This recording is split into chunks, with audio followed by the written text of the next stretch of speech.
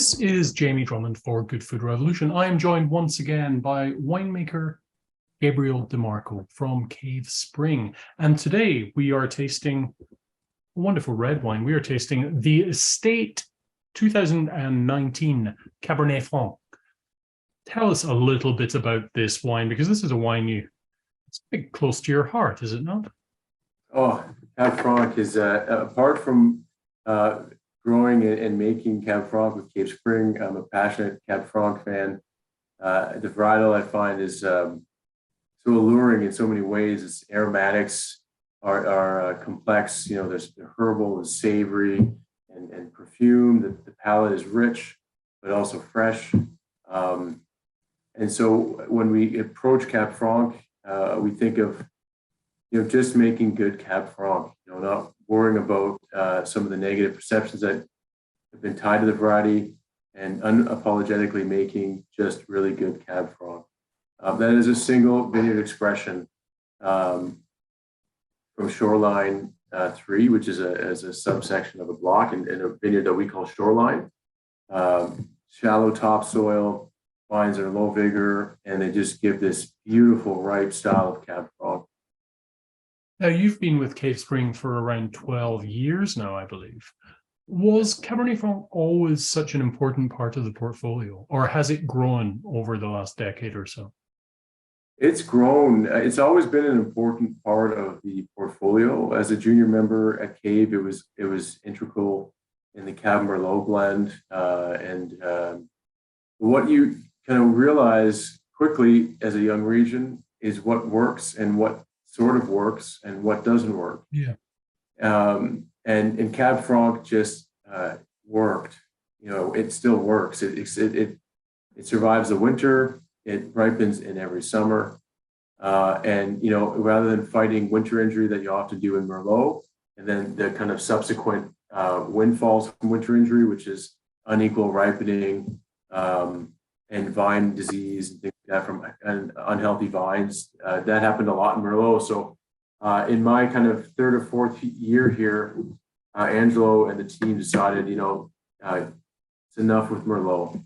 And we pulled out all of our Merlot, which was 18 acres, and replanted it all to Cab Franc, which put us in a position to only be in the Bordeaux varieties. We only grow Cab Franc now. So we are passionately committed to growing Cab Franc. And that transition was, I think, harder than we all thought, pulling out all that red wine.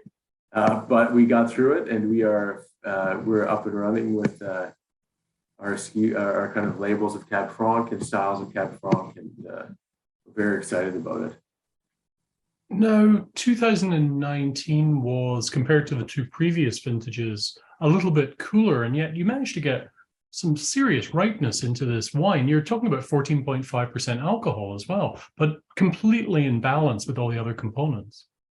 I have to say, that is one of the things of all the variables of Niagara that I love as a young or younger winemaking professional looking to kind of plant his roots and grow as a winemaker and grape grower and as part of a team. It really is one of the things that cemented me in my heart in Niagara, and that is what you just mentioned, that ripeness and that balance with that alcohol, the acidity. We get 14.5% alcohol in our Cab Franc in a cool year like 2019. It's natural, and it is still fresh. It is integrated. It doesn't make the wine cloying. It doesn't weight it down. Not at all. Yeah. Yeah, the acidity, the backbone saves the wine. You get it in the Rieslings. You get it in the Chardonnays, and in the Cab Franc, it just creates this elegance that's unmatched. It really does speak of place and a really unique expression of the variety globally. Can you tell me a little bit about the vinification of this particular Cab Franc? Oh, proudly. That wine is a bit of a labor of love of myself and the team. Of course, hand harvested from a single vineyard, Shoreline 3. We then bring it into the winery and foot stomp it, and we then submerge the cap for a period of 30 days, and then we gravity it, the whole thing to the press, and then gravity it back down the barrel. So it's very elegantly made in a way to, both extract tannin, of course, because we're doing a, full submersion cap for 30 days. We're looking to extract tannin, but in that extended maceration, we're getting a beautiful integration, and that's what we're looking for. And then we don't want to pick up any of the brash tannin you get from moving the wine through a pump to get it to the barrel. So we gravity the rest of the way down, and that gives us that kind of elegant seamed structure on the gum line, but the juice in the middle that kind of brings that wine. I mean, the tannins are definitely there, but they're incredibly smooth. The tannin management is quite remarkable on this. I'm really enjoying this. And again, we spoke about the wine, the CSV earlier. I've always enjoyed the sort of savory component of many of Cave Spring wines. And this Cabernet Franc, there's no I was going to use the word unctuousness. This is perfectly ripe, but there's a really wonderful savory character to it that I just adore. I don't think today's supposed to be a good day for tasting in the biodynamic calendar. I should check, but there's a wonderful savoriness on this, a kind of mushroom thing going on that's just gorgeous. And also something I noticed both on the nose and on the palate, there's a kind of almond quality I'm finding here. Does this wine see any kind of wood at all? It does see wood, no new oak though in that wine. Yeah. There's a small percentage of second fill. So it's more like a seasoning, a salt and peppering, if you will, than like it's something to contribute rather than to kind of overstep the profile that we get from the terroir. So about 8%, I believe, if you looked at it's off the top of my head, but 8% second fill, and then it gets old after that.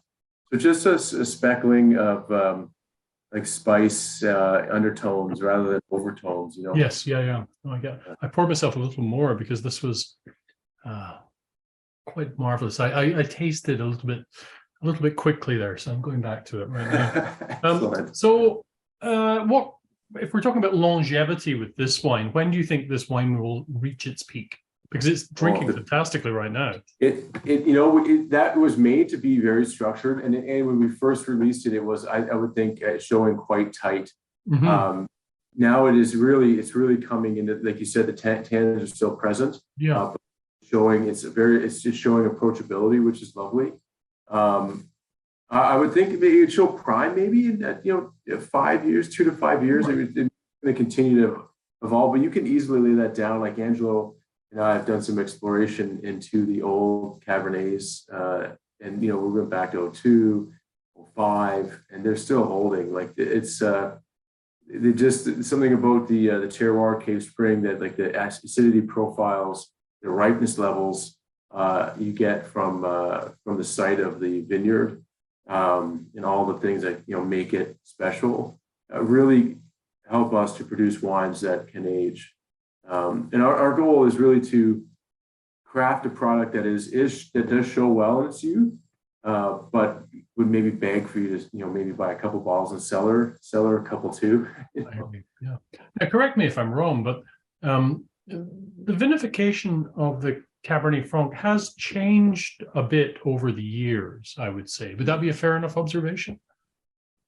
Yeah, like everything, we're always evolving and gain understanding of terroir and understanding of what shows best. We started really in the Pinot Noir, removing new oak from the Pinots. We thought, we always tried to strive to do a style of Pinot rather than express terroir. And Angelo kind of was the one that brought that up. He's like, I think we need to remove new oak from the Pinots, and we did that. And right away, we noticed this, like the expression of Pinot just jumped, and origin and the soils came through. And so very quickly we moved in that direction with the Cabernet family, but then also looking at the minutia of production too. So looking at how we move wine through the building and how we think that affects tannin structure. And so we removed all those steps from the estate level and just went back to basics, again, foot stomping, extended post-fermentation macerations to really build in that like fine-grained, elegant tannin. And so not that we're not doing those things in the Cab Francs below the estate, but it's an all-in expression at that estate level. And And so things have evolved, but it's something that's it's always been in that kind of a dynamic conversation of understanding origin more so than trying to accomplish a style of wine.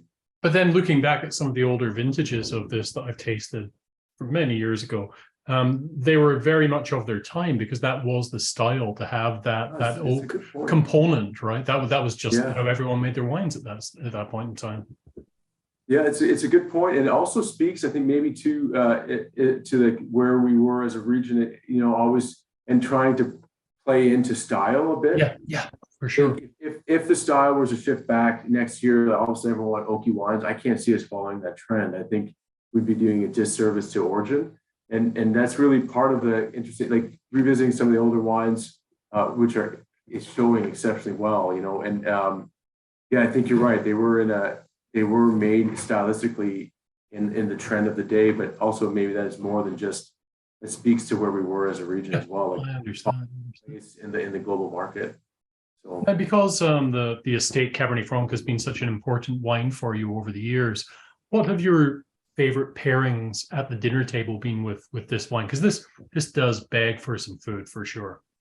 For sure, I like it is quite structured, but there's an elegant undertone to it. There's, you know, and so you of course could pair this with a steak, like no issues, classic pairing with a bold red.